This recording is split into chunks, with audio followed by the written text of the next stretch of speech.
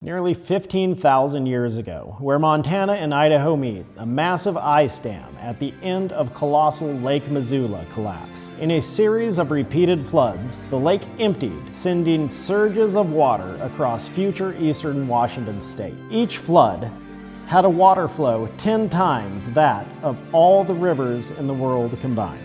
Walls of water nearly 800 feet high carved massive coulees and drilled potholes into the basalt. It carried giant boulders hundreds of miles. The remaining landscape is called the Scablands.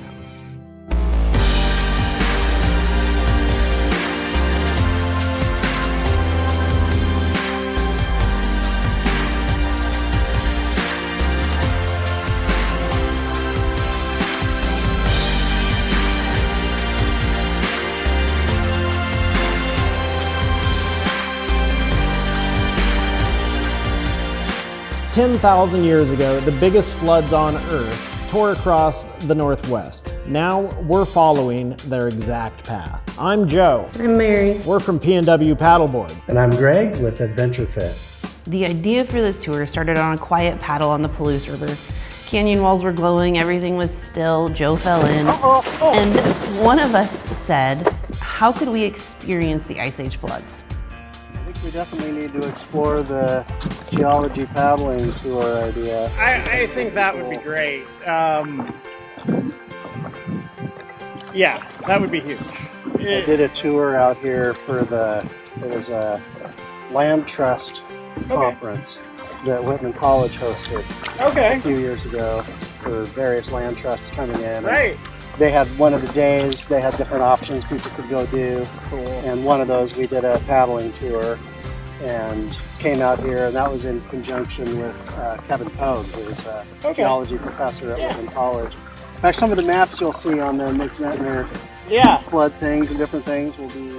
And one of us said, what if we follow the Ice Age floods? Not a quick overlook, not a day trip, the full path. So that one little spark then turned into an email. That email turned into a list. And then before we knew it, we had a spreadsheet that was starting to shape up into a full-blown expedition. Flood outburst origins, coulees carved in minutes, spillways miles wide, dry falls the size of cities. So here's the route, here's the plan, and here's where you're coming with us. We start in Spokane, a quick meetup, gear check, everybody gets introduced. Then we point the whole convoy towards Idaho. Farragut State Park sits just below where the Lake Missoula ice dam failed. It's ground zero for the whole story. This is a glacial basin where the floods widened and deepened. You see the steep embankments, carved benches, sudden shelves, all the fingerprints that water left. We paddle that basin, then camp under the pines. The calm start to a violent story. Day 2, Bowl and Pitcher to Two Rivers. Bowl and Pitcher is a crash course in flood erosion. Basalt columns cracked open, potholes drilled by abrasive sediment, plucked faces ripped clean. You can look at this stuff and immediately understand the physics. Day 2, so after we visit the Bowl and Pitcher, then we're going to start working our way really out into the heart of the Scablands. We're going to go down to where the Spokane River met the Columbia River and these floodwaters clashed together. High velocity flow created long terraces, flood bars, teardrop islands, all these classic mega flood shapes. On our second night, after we've seen where these two rivers clash, we actually get to camp above on one of those flood-carved terraces. So then we're going Grand Coulee to Banks Lake and Dry Falls area. The Grand Coulee is just ridiculous. It's sheer walls, straight lines. It's a canyon so oversized it looks like it must be artificial. We'll take a hike over the Candy Point Trail. Short, steep, and absolutely packed with features. Benches, scoured shelves, wrapped columns. It feels like drifting down a giant flood spillway. So Dry Falls is the biggest fossil waterfall on Earth. It's 3.5 miles wide, hundreds of feet high. It was carved in minutes, hours, or days, not millennia. Just crazy. We explore the rim, the plunge basins, the ledges, the smooth faces. The violence here is obvious, even after 10,000 years. Day 4, Moses Coulee to Frenchman's Coulee to the Hanford Reach and ultimately camping out at Desert Air.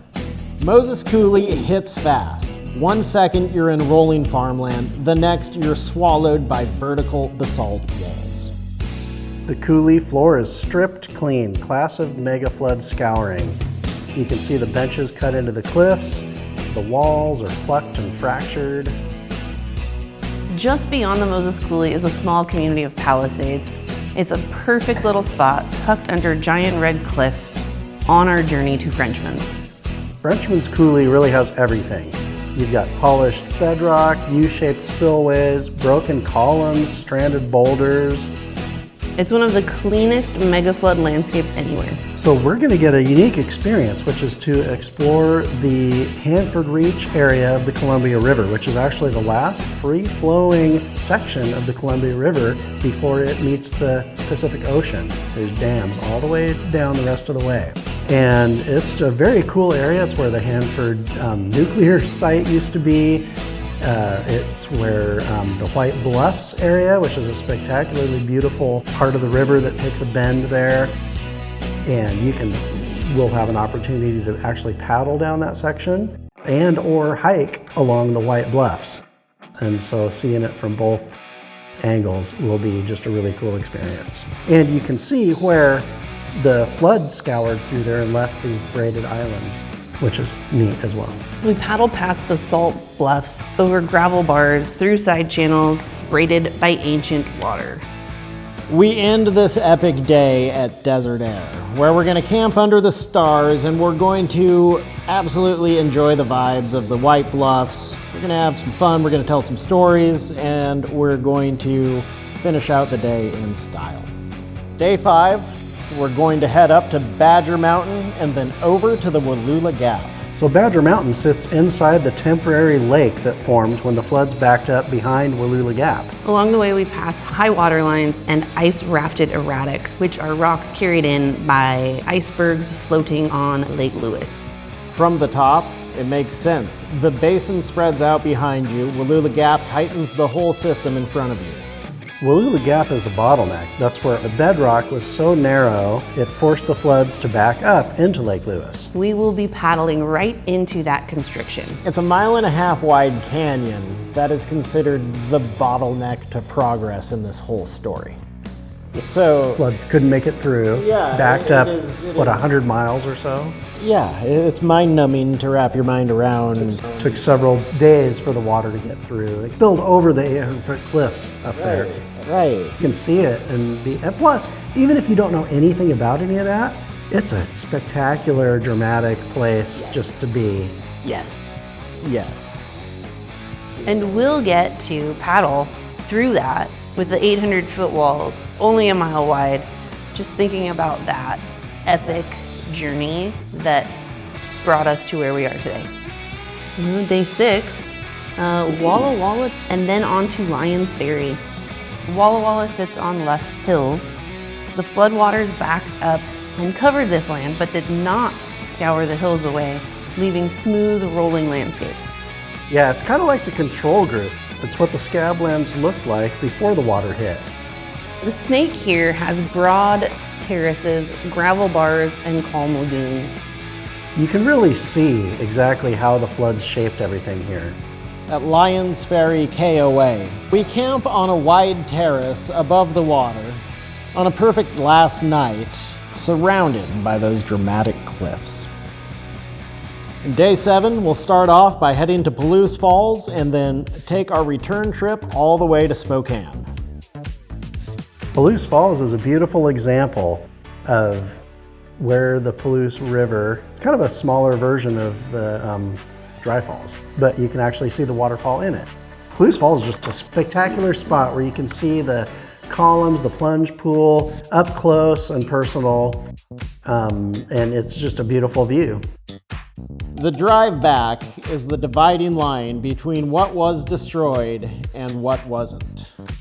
So here's what you actually get on this tour. You get days of paddling across basins carved by floods, real water, real terrain. and that's paddling in a kayak or a paddleboard, whichever you prefer. You get hikes into coulees, spillways, benches, cliffs. We'll just experience on foot exploring the biggest flood car features in the region. You'll get nights under the stars on wide terraces shaped by the ancient water. So this tour is all inclusive. Once you meet us at our meeting spot in Spokane, everything is covered basically except for a couple of little things, but like our transportation in the adventure van, our camping gear, just bring your own sleeping bag. I'll have everything else. I keep it, it's rustic but comfortable, right? So I'll have nice, good, sleeping pads and that kind of thing. All the tents, all the cooking gear, all the camp stuff. I'll have all of that. And we'll cover all the food and the gear. So we'll do paddleboards and kayaks and paddles and life jackets and all that we'll cover. So it's all included. You'll get time with our small group together. We'll have space to explore. We'll have that real geology under our feet. And it's a chance to see this part of the Northwest in a way that almost nobody does. If you want in, there are 8 seats. That's it. When they're gone, they're gone. This isn't a tour you watch from a distance. You're in it, on the water, in the coulees, on the ridges, living the flood route for real. So if this is hitting you even a little bit, just grab a spot. Don't wait, don't overthink it. This is gonna be epic. And get your name on the list and come out and experience the Ice Age flood.